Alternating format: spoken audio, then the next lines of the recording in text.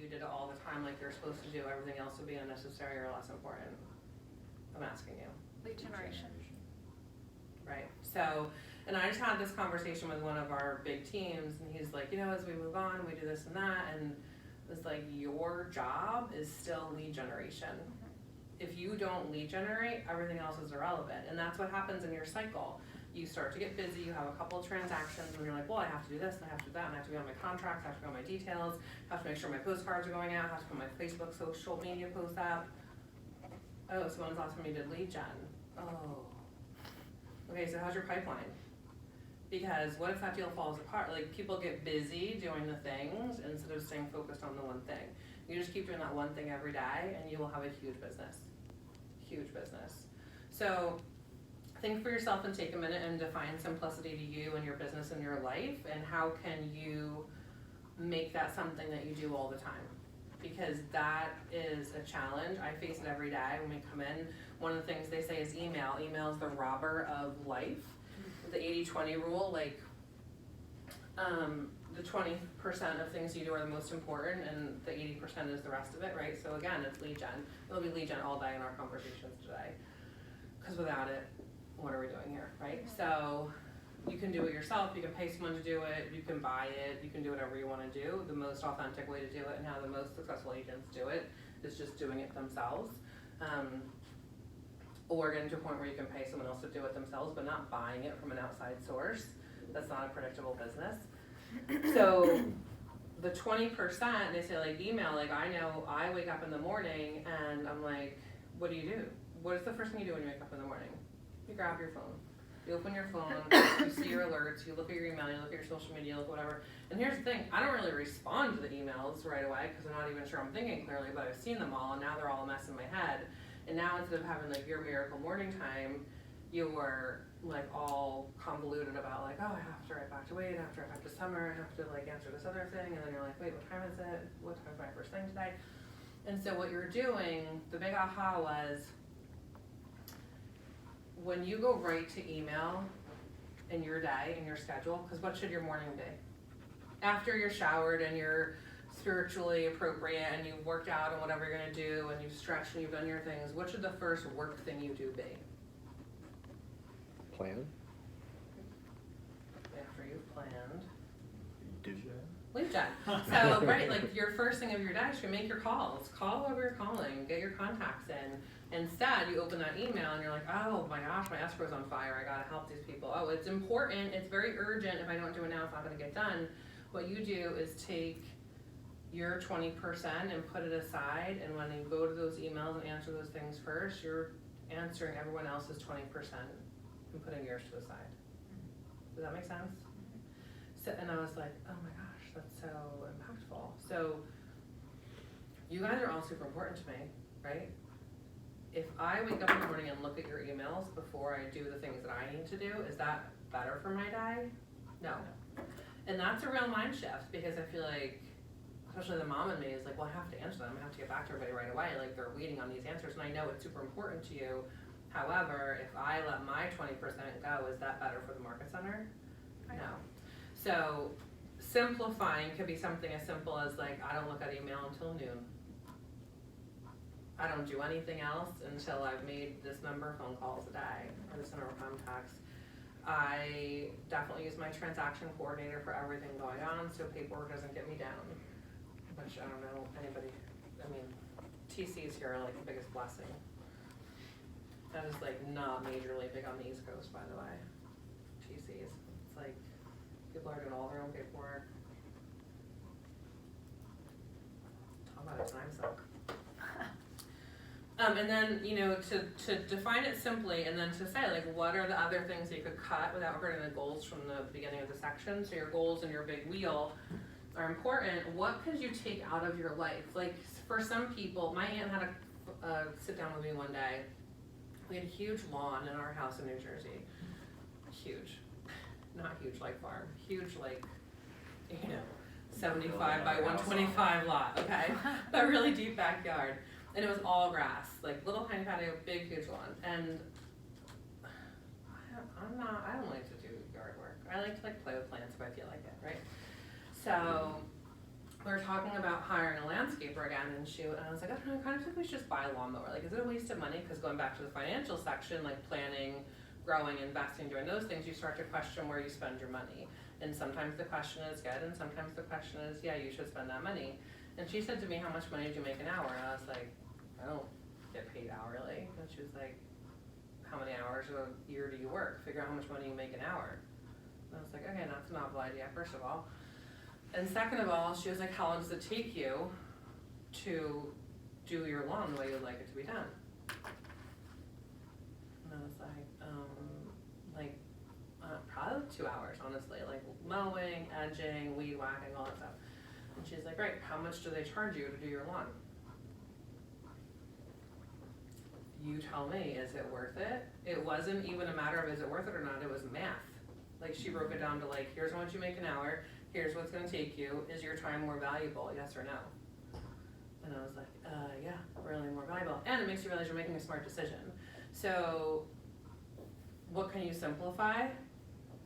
Things like that. So if it's like hiring a housekeeper, hiring someone to do like the deep dirt clean that like nobody ever likes to do, that might be something you're simplifying.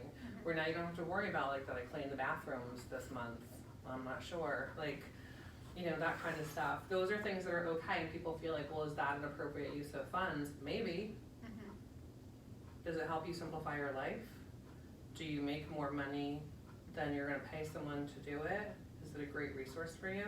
I've heard different spins of that. So one of the spins I've heard is you have to make sure that you're applying something of the business building within that time, or is there two different avenues of looking at it, right? There's simplicity. So for me, it was family time. Okay. Because it was the weekend.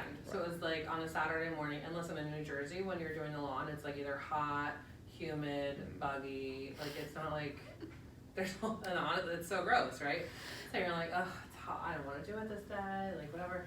So it can be business time, yes, or it can be it's taken from your family time. And can you concentrate more on your business time if you know you have your family time segmented? When we talk about calendar planning and planning out your life, you should plan out your vacation now. Your 2020 vacation should be planned. When do you plan on taking time off? What's important to you? If you don't have a plan and don't even have an idea, then do like a deep dive on that for 24 hours and think like, do I want to go snowboarding? Like, when am I doing those things? Do I want to go to the beach? Am I visiting family? Am I getting on a plane? Am I just scheduling in my beach time on the summer? Like, what's important?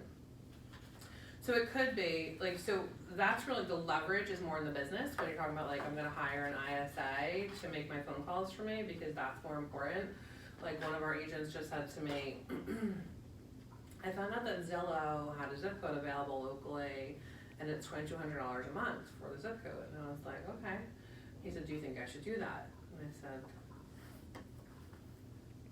what answer do you want here? I don't run your business, you run your business. So my opinion on Zillow and your opinion on Zillow could be very different. Now, he already is a Zillow agent in another state where he came from. I said, you tell me, do you want to spend $2,200 a month on a company to give you some leads sometimes? What if you put $2,200 a month into Facebook ads? That's a lot of ads. What if you put $2,200 a month into an ISA? Could you pay someone $2,200 a month to make phone calls for you? Yeah, you bet. So that's the, if you pay something in your business, what are you doing with the time it's freeing up for you? And that can be part of simplicity too. The simplicity could be your business. It could be lead gen, that you're like, I'm gonna spend this much money a month to make sure my phone calls are getting made. You just gotta make sure that you're using that time for something else, which would just be more lead gen in a different way, because what else are you doing? We have that simplicity of just going through all the things that we pay for and expenses, and like cable, we're just gonna cancel and we're gonna move to this one. They're like, okay, well, here's what we'll do for you. Mm-hmm. And then $65 a month just appeared. Yeah. And then times 12, Mm-hmm.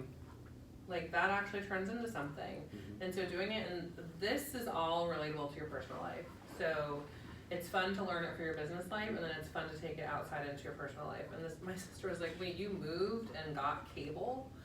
And I was like, and she's a Netflix sister, I was like, well, because Disney Junior for the girls. And she's like, stop talking.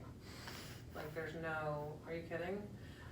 So now that's the next phone call I need to make is like, I said, well, I feel like we're tied to them for Wi-Fi and for the internet. She's like, we have some random provider I've never heard of that has killer Wi-Fi, and it's like $8 $20 a month and then do your Netflix and your Disney Plus on top of that and you're done. I was like, oh, you're right, okay. Simplicity. Mhm. But sometimes you need someone to like boing you in the head about it, right? So I'm like, I know that's the right answer. It's 2019. I mean, it's gonna be 2020, you guys. I don't even understand. I still am surprised it's November and now it's almost January. So dive deep on that, take it home. You know, where else can you simplify? And you'll find that now you can shine a stronger light on your lead gen time. And has anyone in this room actually done lead gen like 5 days in a row, like Monday through Friday, in the timeline they're supposed to do it, like 20 calls a day, 3 hours? The answer is never yes, by the way. Like, and so people say like, well, what would that do for me? When you do it one day and you like have really good results one day, you're like, oh, I should do this every day. You still don't, right? And that's okay, because perfection is like really hard to attain.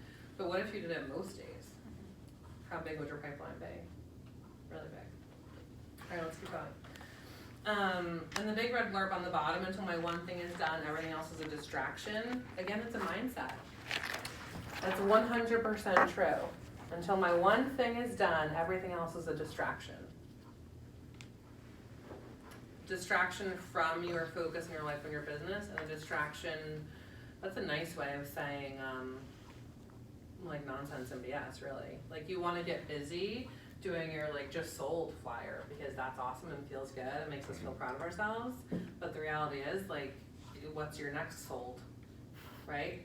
So, and I'm the same way. Like I remember one morning going into my office and my TL was stopped into my door and she's like, are you doing your calls? And I was like, no, I have to like finish this. And we remember noticing, I was like, I have this paperwork to do for my deal and we show multiple offers, so blah, blah, blah. And she's like, what's your deadline for the multiple offers? And I was like, 5 p.m. And she's like, and it's 9:30? And I was like, yeah. And I was like, but, and she's like, are you fooling me or are you fooling you? And I was like, ugh.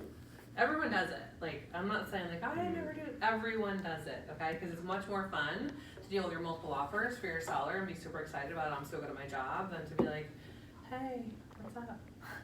Right? But I always go to like, think about people digging ditches.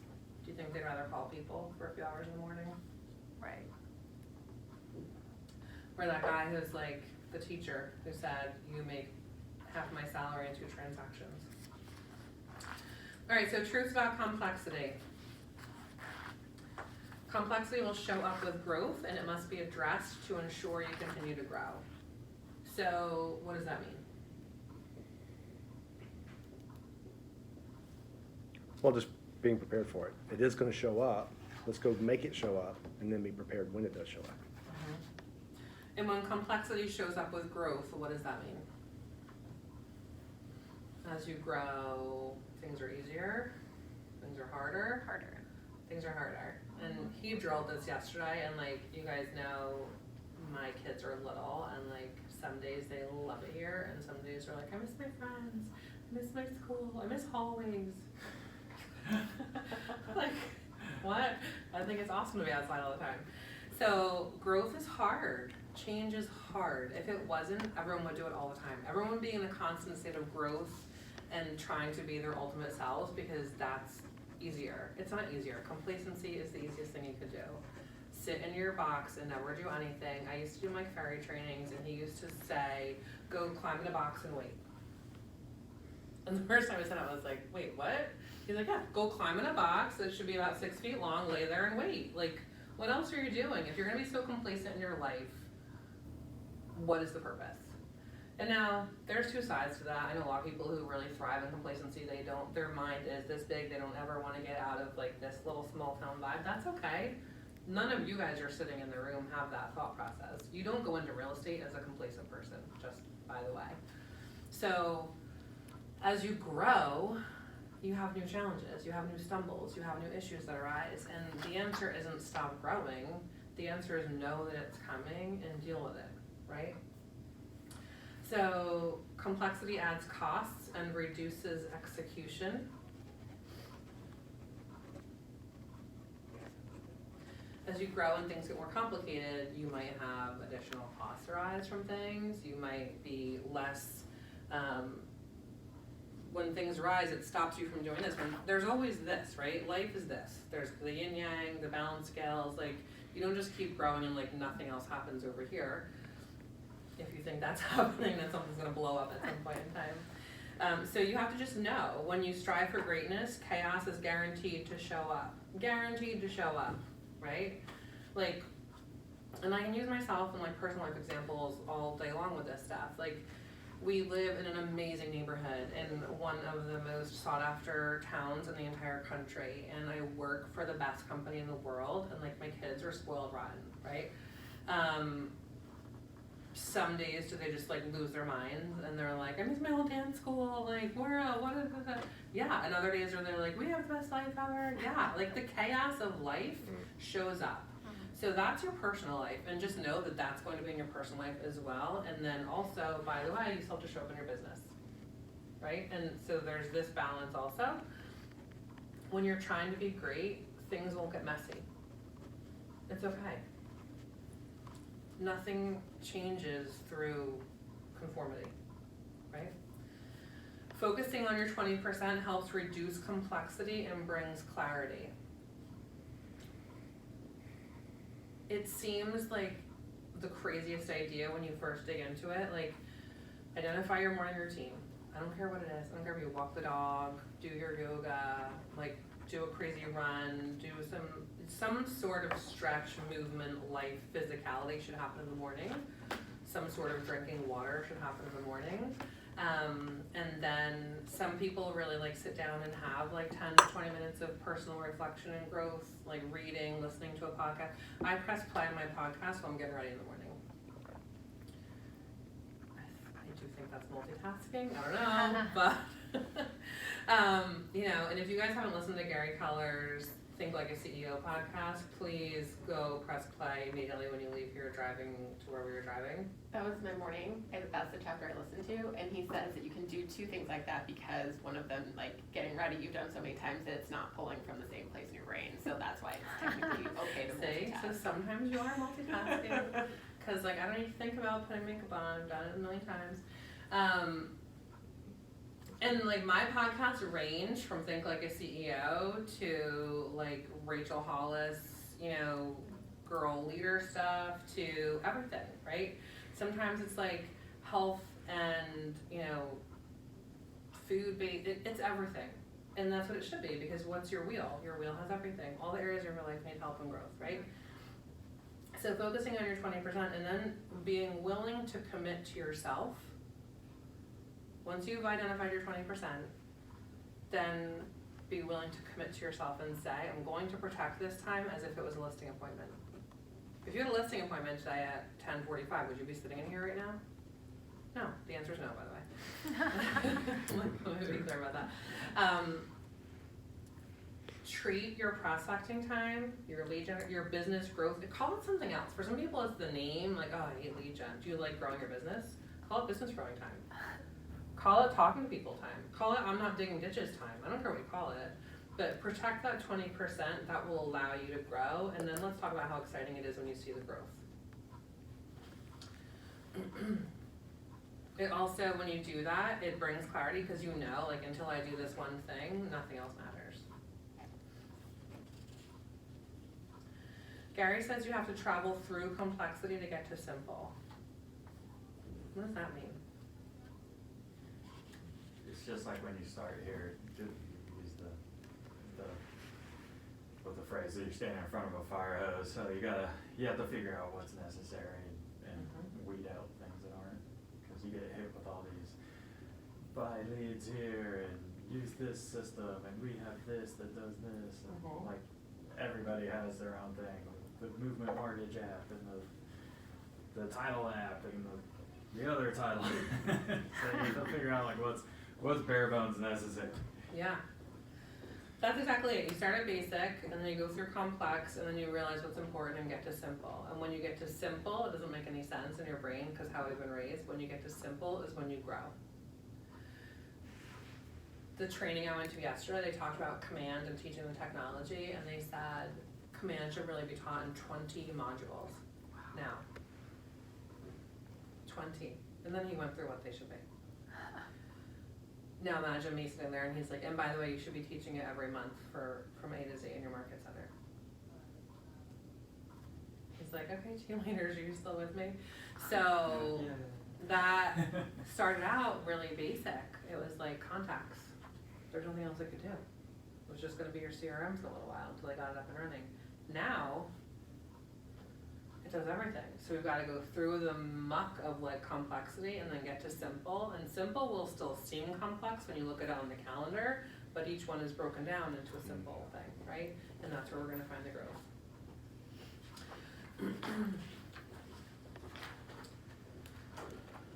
So,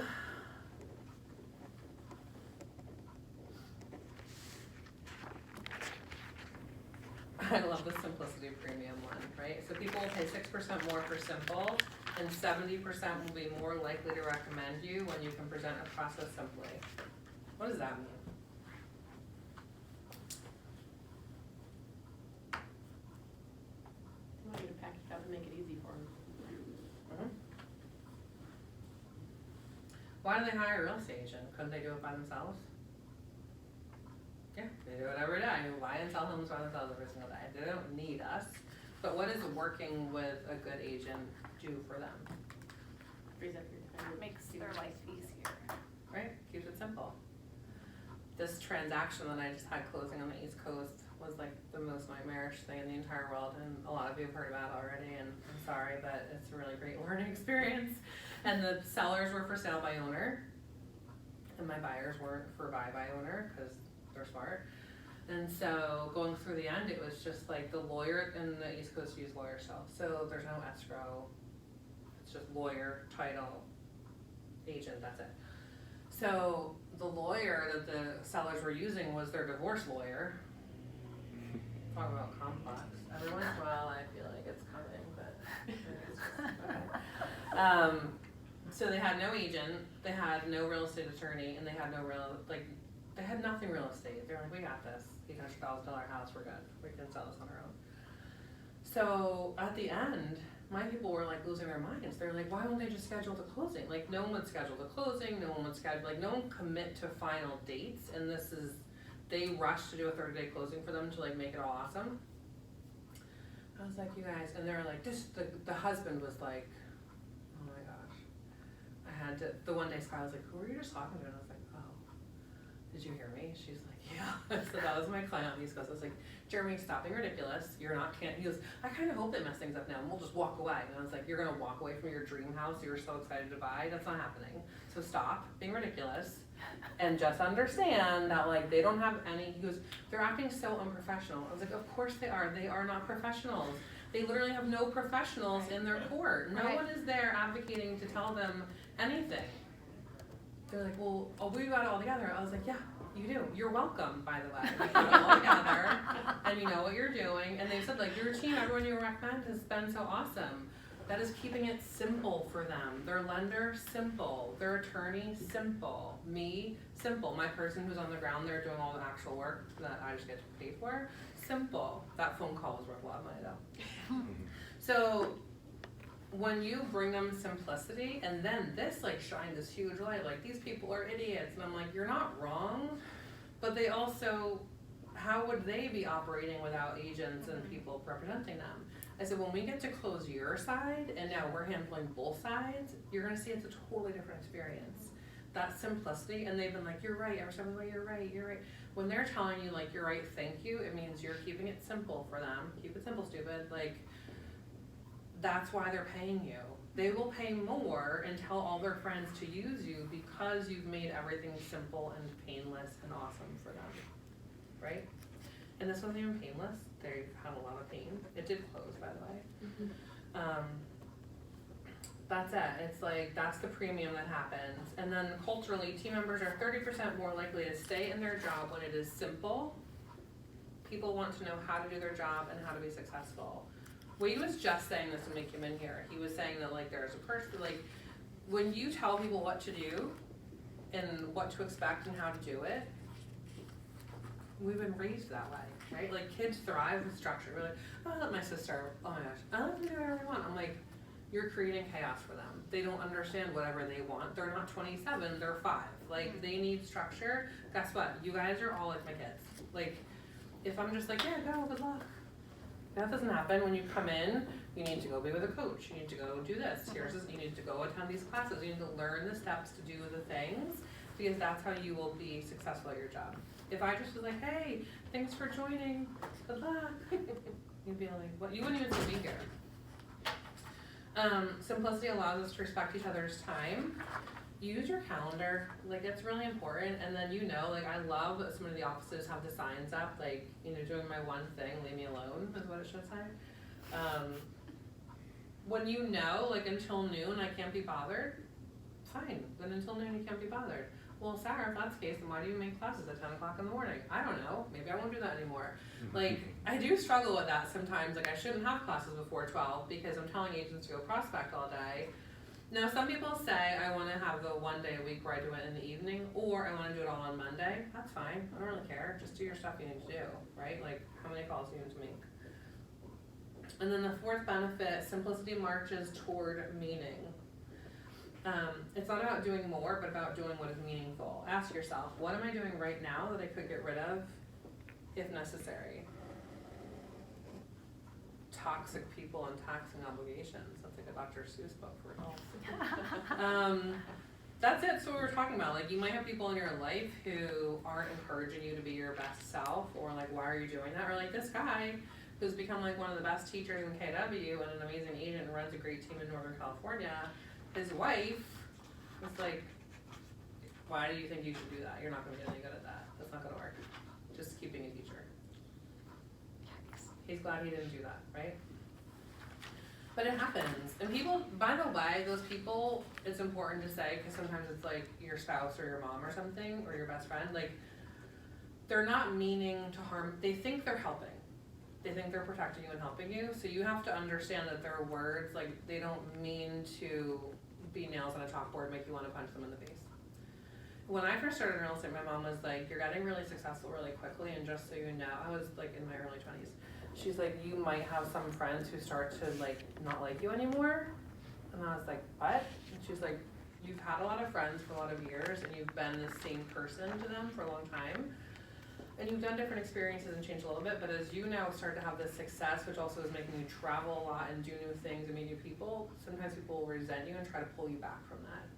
And I did see it show up. And they don't know, I have to believe they don't know that they're doing it. It's just like, you're changing and I'm not changing, and now I'm really comfortable that you're changing, because now you're making me realize that I'm not changing, and like you're doing other things, and now I don't know, why are you doing that? Like, they see a mirror in some ways and they're like, well, Summer is doing all this different, that's not the Summer I know. Like, now I'm uncomfortable because you're different. Mm-hmm. And don't you dare make me uncomfortable, because I'm complacent, right? Okay, the power of focus.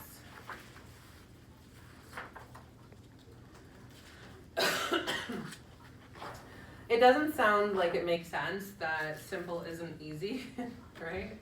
But it's not. And then people say with real estate, I'm like, well, you guys, this is not rocket science. We're not performing brain surgery anywhere in your business. It is simple tasks done repetitively. I don't think that's a word. Done repeatedly over time, again and again, more than once. That's where you get incredibly successful. It's not because you've then gotten every title app and mortgage app and bought leads from a million places and paid for the subscription. I literally, outside of coaching, never paid to grow my business. I did subscribe to Top Producer back in the day, but I never bought leads. I had one girlfriend and she was like, she shared an office with me, and she's like, I just bought this thing for $8,000. I was like, what did you buy? And she was like, they're gonna make phone calls for me. And I was like, Chris, seriously? Like, give me $8,000, I'll make phone calls for you. What's the matter with you? And she's like, no, it's really awesome. To her, she was a single mom and she needed to like leverage her time, and she's like, if I get one transaction from this, it's worthwhile. And she did, so it's good. So there's nothing wrong with that, it's just not necessary. So you define for you what's right for you, and each of the four of you might have completely different ideas of what's right for you, your schedule, your finances, your whatever. She did come in the next day and was like, oh my God, I just paid them $8,000, what was I thinking? And I was like, you did it, just like ride that wave now, you know? And you know, if you got a deal, it works. Gary Keller says 4 times return on investment. So in the course of those 6 months, you should have gotten 4 transactions from them. I don't know if she did or not, but just understand that.